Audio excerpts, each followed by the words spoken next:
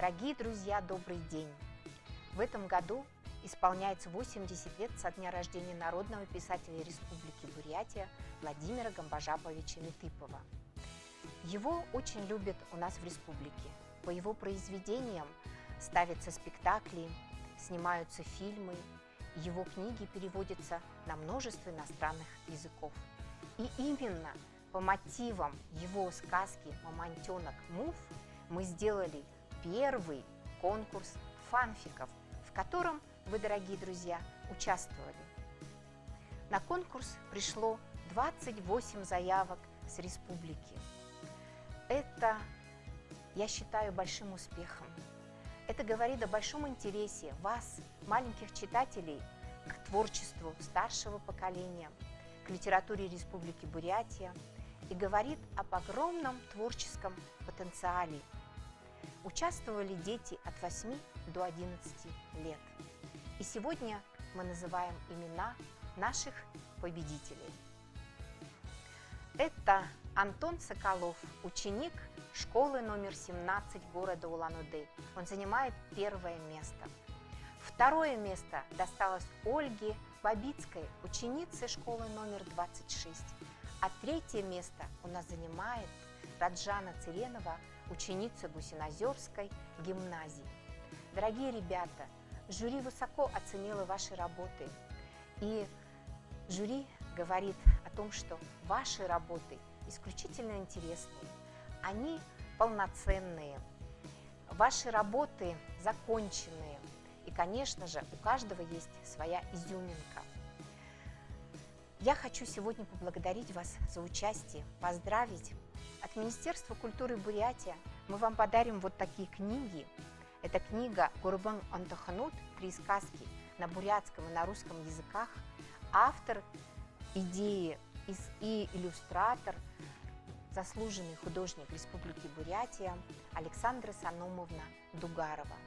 Также вы получите прекрасные призы от нашего спонсора Сергея Владимировича Бурдикова, депутата городского совета города Улан-Удэ. Я хочу сегодня сказать и вам, ребята, за ваши достижения, и нашему спонсору Сергею Владимировичу огромное спасибо. Желаю вам дальнейших творческих успехов.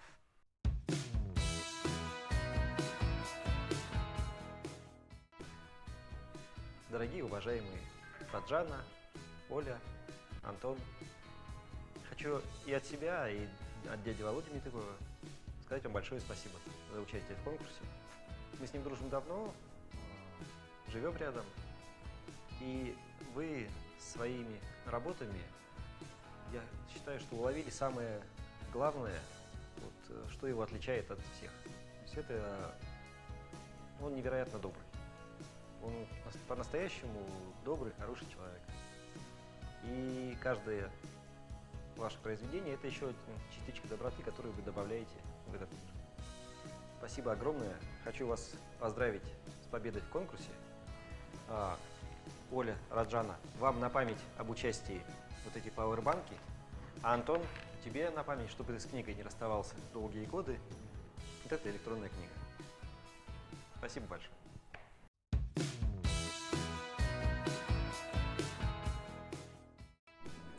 Дорогие ребята, от имени редакции литературного журнала «Байкал» поздравляю вас с участием в литературном конкурсе.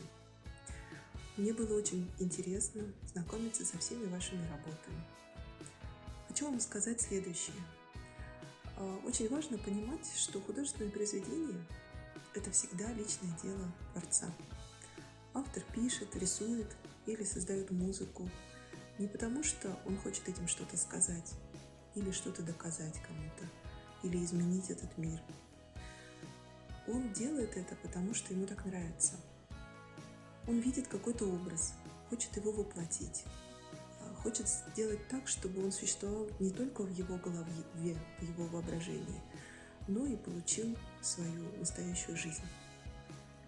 Однако всегда получается так, что уже после своего создания творение перестает быть личным делом автора. Оно приносит кому-то радость или разочарование, вызывает мысли, эмоции, становится для кого-то открытием и получает дальнейшую жизнь. Хочу вам пожелать, чтобы все ваши творения всегда воплощались, не оставались в виде задумок, приносили вам чувство наполненности, удовлетворения своей работой, и чтобы ваши творения после своего создания всегда находили своего благодарного адресата, читателя или слушателя или зрителя. Желаю вам успехов!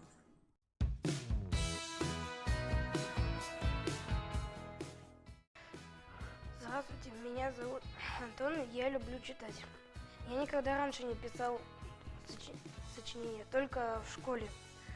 Мне понравился «Мамонтенок Фуф», особенно момент, когда они победили медведя Харри.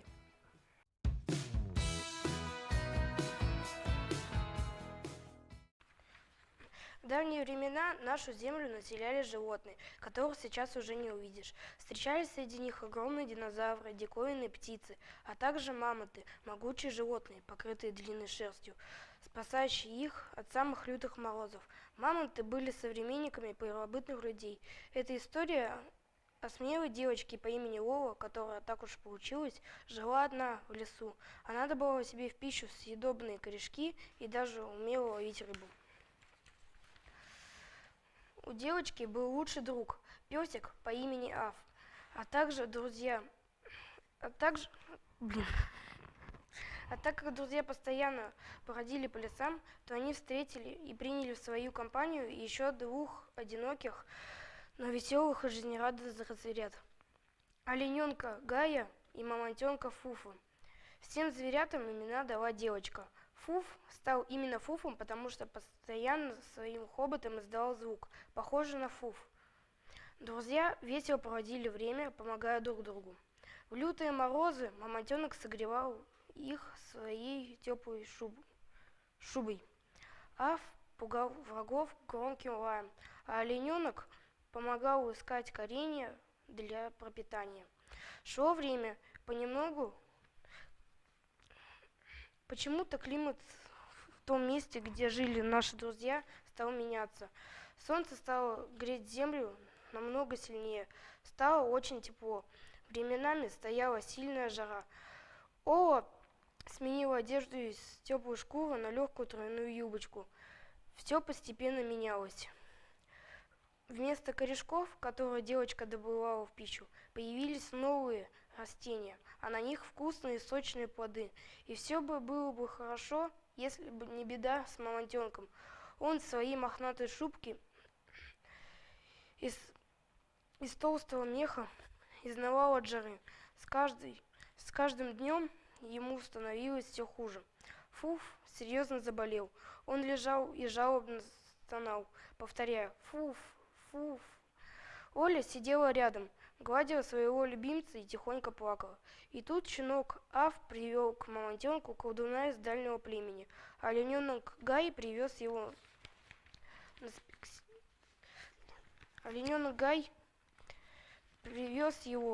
посадив к себе на спину. Посмотрев на мамонтенка, его толстую шкуру, колдун понял, что дело плохо. Жить в такой жаре мамонтенок не сможет. А какие заботливые и преданные у него друзья, как они переживают за друг друга. Жалился колдун, прочитал он свое самое секретное заклинание, и вдруг шерсть мамонтенка начала осыпаться и сыпалась до тех пор, пока не показалась голая серая кожа. Фуф выглядел совсем по-другому, зато ему стало намного легче. Гай сорвал с дерева сладкий фрукт, который Лола называла бананом, и дал мамонтенку. Банан так понравился Фуфу, что он попросил еще, а потом и сам побежал рвать с дерева очередной фрукт своим хоботом. Все радовались чудесному выздоровлению, а Лола сказала: «Фуф, ты теперь стал совсем другим, и люди будут называть тебя слоном». Вот с тех давних пор и появились на планете Земля слоны.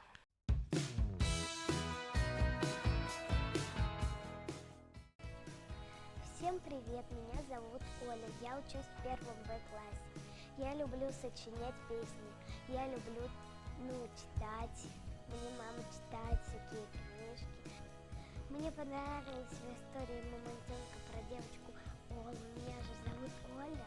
Ну и еще мне Мамонтенок очень понравился. Мне все в этой книжке понравилось. Она такая хорошая, храбрая книжка.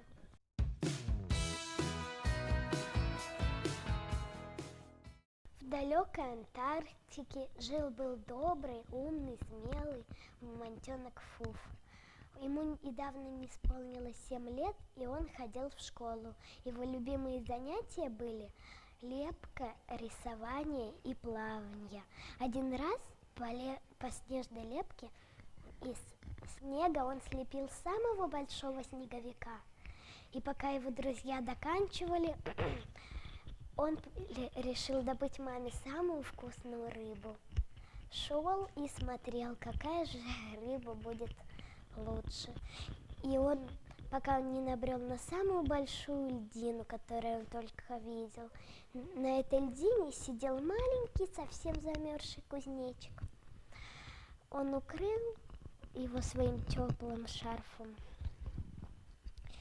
И кузнечик, оказалось, что этого кузнечика зовут кузнечик Кузя. Он рассказал ему, как пурга-метель захватила теплые страны с его другом котом Буном. Мамонтенок Фуфа решил поплыть туда вместе с кузнечиком Кузи. Пока они плыли, кузнечик Кузя учил мамонтенка высоко прыгать, а мамонтенок учил кузнечика Кузю ловить рыбу. Они много-много-много рыбы наловили, а когда они приплыли в эти страны, там их встречал кот Баюн. Он своими колыбельными мог всех засыпить, и когда они приплыли к берегу, и кот Баюн начал петь свою колыбельную. У кузнечика Кузи стали закрываться глазки.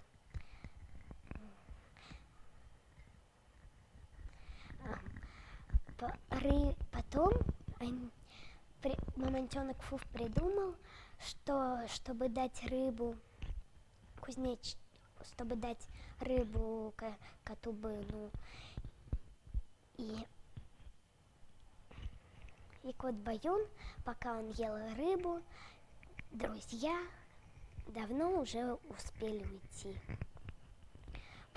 Шли и встретили 3 снеговика. Маленького, среднего и большого величиной с гору. Маленький загадал загадку, чтобы пропустить их.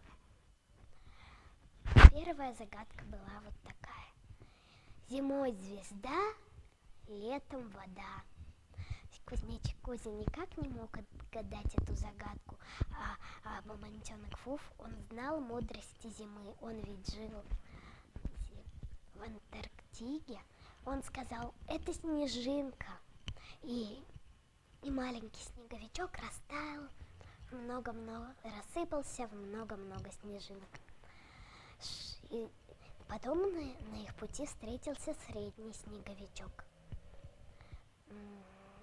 Я забыла, как. Висит она вниз головою, не летом висит, а зимой. Как только солнце ее припечет, она заплачет и умрет. Это была мамонтенок сразу догадался, что это. Это была сосулька. И средний снеговик рассыпался в много-много-много сосулек. Потом самый большой снеговик был, величиной он был с гору. Вот потом снеговичок, тут он загадал загадку, и он загадал это очень медленно. Туда-сюда плавает, туда-сюда. Целый остров из-за льда. Потом их начал нагонять кот Баюн. У Кузи стали снова закрываться глазки. Он проговорил волшебные слова, чтобы лето вернулось. Кузнечик Кузя проговорил их, и мамонтенок Фуф слышал их. Он отгадал загадку и сказал: это айсберг. И потом, когда большой снеговичок растаял много, и получилось большой-большой каток. А в середине этого катка стояла пурга-метель. И вдруг начался большой-большой смерч. Мамонтенок Фуф увидел пургу-метель и пошел туда. Пурга-метель топнула ногой, и получилась перед ней большая-большая пропасть. Мамонтенок прыгнул, что есть силы, и оказался на островке пурги-метель. Потом он обнял ее и сказал волшебные слова: вера, надежда, любовь. Пурга-метель растаяла в большую-большую реку, и только на ее месте остался маленький островок, где она стояла. Мамонтенок Фуф взял эту волшебную палочку, сделал, и все расколдовалось, было лето. Мамонтенок Фуф доплыл до кота Баюна. Он обнял его и сказал волшебные слова: вера, надежда, любовь. И кот Баюн начал петь хорошие колыбельные песни и начал рассказывать сказки. А с тех пор лучшие кузнечик Кузя и мамонтенок Фуф лучшие друзья. И они ходят друг к другу в гости. Все.